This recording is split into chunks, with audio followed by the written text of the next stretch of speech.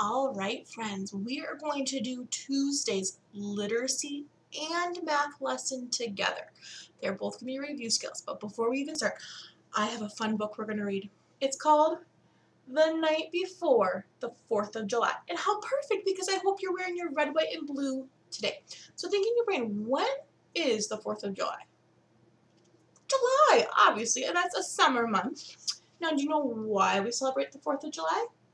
It is our Independence Day. So look at all that red, red, white, and blue.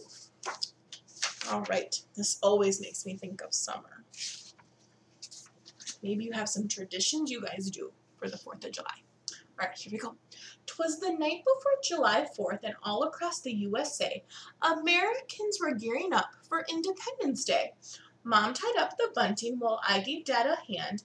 We hung up the flag from our porch stand.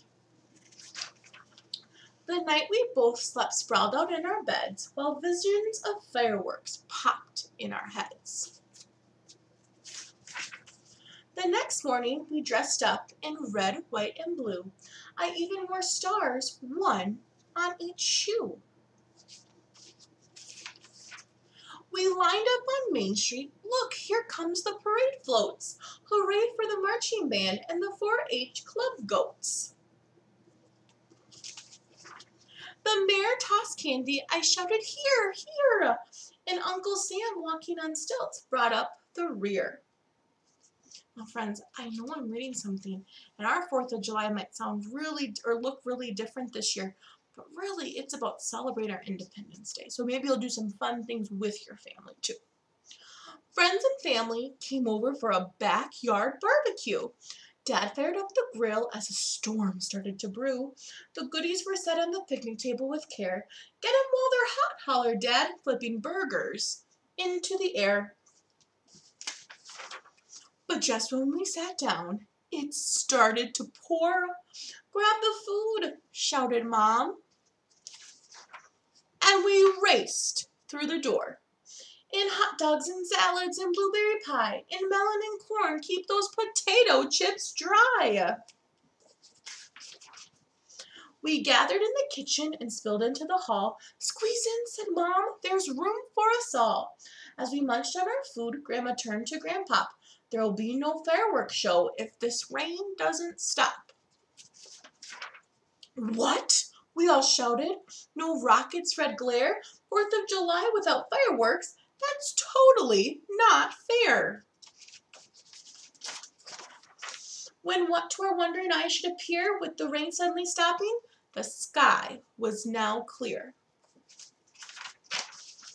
We piled in the car and drove to the park. We threw down a blanket as it began to grow dark. Dad lit the sparklers. We drew circles in the air. We snapped glow sticks on our wrists and glow halos in our hair. The first fireworks were launched high into the night. It bloomed like a flower, exploding with light. "Whiz, crackle, boom, woohoo!" cheered the crowd. But my brother covered his ears and whispered, "That's too loud." The band played the national anthem. Dad sang, "Oh, say, can you see?"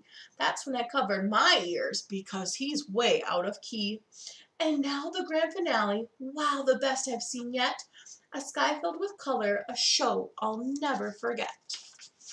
When the last firework fizzled like fairy dust in the sky, we all cheered and shouted, "Happy 4th of July." And that is something I know we're all going to celebrate and probably look a little different this year. But I don't know about you, but I always think of barbecue, so I'll do that with my family. We'll probably get some sparklers. Max and Emma love to play with sparklers and watch them play with us. So I hope you make the very, very best of it. So perfect book for our USA Day.